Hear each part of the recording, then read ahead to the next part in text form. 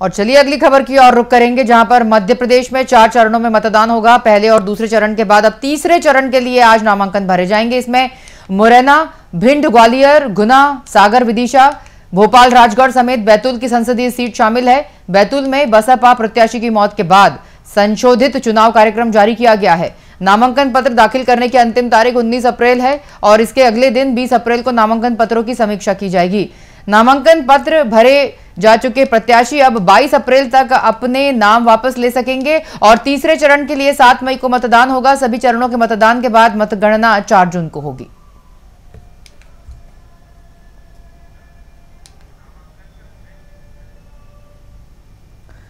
चलिए और अधिक अपडेट के लिए हमारे साथ इस खबर पर पॉलिटिकल एडिटर उमेश निगम जी जुड़ चुके हैं, उनसे बात करेंगे और अधिक अपडेट लेंगे सर से। सर, आज जिस तरह से नामांकन पत्र दाखिल करने की अंतिम तारीख भी 19 अप्रैल बताई गई है और आज तीसरे चरण के लिए नामांकन होना है, सर किस तरह का माहौल है आज, किस तरह की राजनीति है? देखिए, पहले दूसरे चरण के नामांकन का काम है और उसके बाद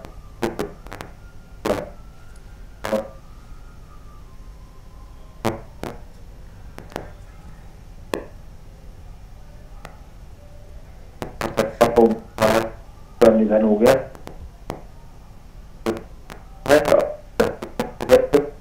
बसपा का उम्मीदवार जो भी नया बसपा दाखिल करेगा, बाकी के उम्मीदवारों के नामांकन पहले दाखिल हो चुके हैं, इसलिए बाकी के किसी भी दल के कोई उम्मीदवार नामांकन दाखिल नहीं करेंगे। और बाकी की जो सीटें हैं 8, वहां पर सभी उम्मीदवार नामांकन आज से दाखिल कर सकेंगे। और तीसरे चरण में जो है बहुत ही हाई प्रोफाइल सीटें हैं जहां पर नामांकन दाखिल होगा। 4 चरणों में इस चरण में सबसे अधिक हाई प्रोफाइल सीट है, जिसमें दिग्गज मैदान में विदिशा से पूर्व मुख्यमंत्री शिवराज सिंह चौहान है, तो राजगढ़ से एक और पूर्व मुख्यमंत्री दिग्विजय सिंह मैदान में है। इसके अलावा केंद्रीय मंत्री ज्योतिरादित्य सिंधिया भी अपनी जो परिवार की परंपरागत सीट है गुना, वहां से प्रत्याशी हैं। ये सारी सीटें तीसरे चरण में शामिल है, जिसके लिए नामांकन आज से दाखिल किया जाएगा।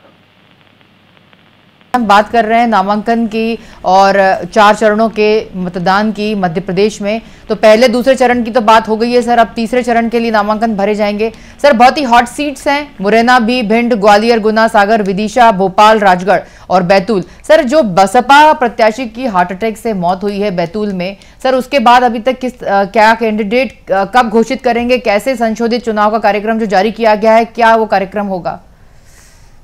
देखिए, वहां पर केवल बसपा ही अपना उम्मीदवार का नाम डिक्लेयर करेगा, बाकी के कोई भी राजनीतिक दल नामांकन दाखिल नहीं होंगे।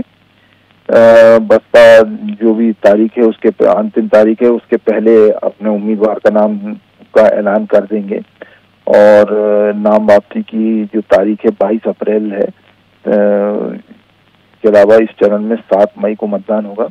तो बैतूल में केवल एक दल के जो है उम्मीदवार बसपा के, केवल वही नामांकन दाखिल करेंगे और किसी भी दल के नहीं करेंगे वहां पर। तो उम्मीद यही है कि बसपा भी जल्द से जल्द अपना उम्मीदवार वहां पर डिक्लेयर कर देगी।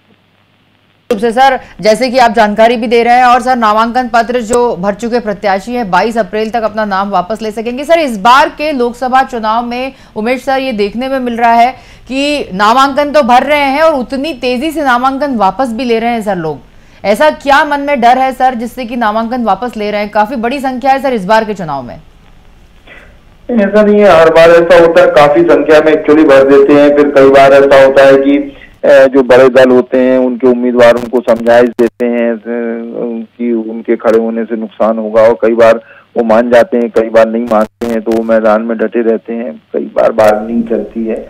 तो इस तरह से कई होता है, कहीं कहीं ज्यादा हो जाते हैं, कहीं कम रहते हैं। तो उम्मीदवार इस तरह से आते रहते हैं जो नामांकन दाखिल करते हैं, जो निर्दलीय या और दूसरे दलों से भरते हैं। उमेश सर, जिस तरह से समीक्षा की बात अगर हम करें, एक इस तरह से हमारे दर्शकों को हम बताएं कि किस तरह की समीक्षा चुनाव आयोग करता है जो नामांकन पत्र भरे जाते हैं, क्या समीक्षा में कौन से ऐसे पॉइंट्स होते हैं जिनको चेकआउट किया जाता है?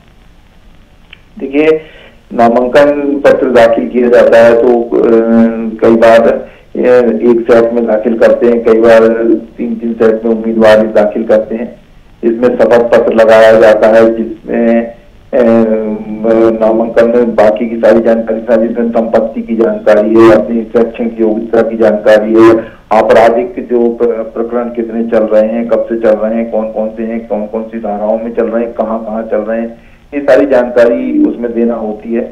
और उसके बाद जो जिला निर्वाचन अधिकारी है वो उसकी बारीकी से जांच पड़ताल करते हैं, कहीं कोई कमी तो नहीं है। इसके अलावा इसमें ये जो भी राजनीतिक दल है वो अपना अधिकृत उम्मीदवार जो घोषित करते हैं उसके लिए पार्टी के राष्ट्रीय अध्यक्ष के हस्ताक्षर से एक बी फॉर्म जारी होता है।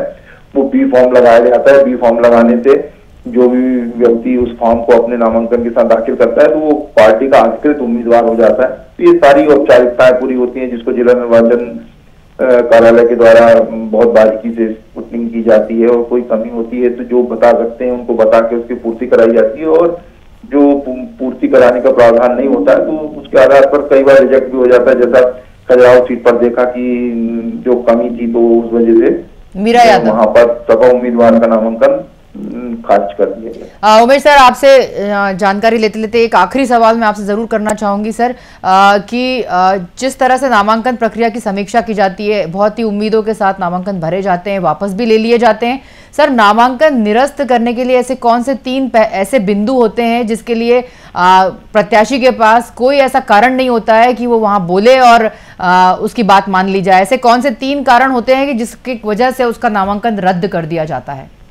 देखिए, जो भी जानकारी नामांकन पत्र के साथ दाखिल करना होती है उसकी एक समय सीमा होती है, और उस समय सीमा के बाद कोई प्रावधान नहीं होता है। तो समय सीमा तक वो सारी जानकारी देना होती है, और समय सीमा के बाद यदि कोई जानकारी अधूरी रह जाती है किसी भी तरह की जो नामांकन में मांगी जाती है तो उसके आधार पर, हालांकि जो भी कमी रहती है उसको बाकायदा जिला निर्वाचन अधिकारी को प्रत्याशी को बताना होता है पहले कि आपके नामांकन में इस तरह की कमी है, और ये लिखित में भी बताना होता है और मौखिक भी बताना होता है।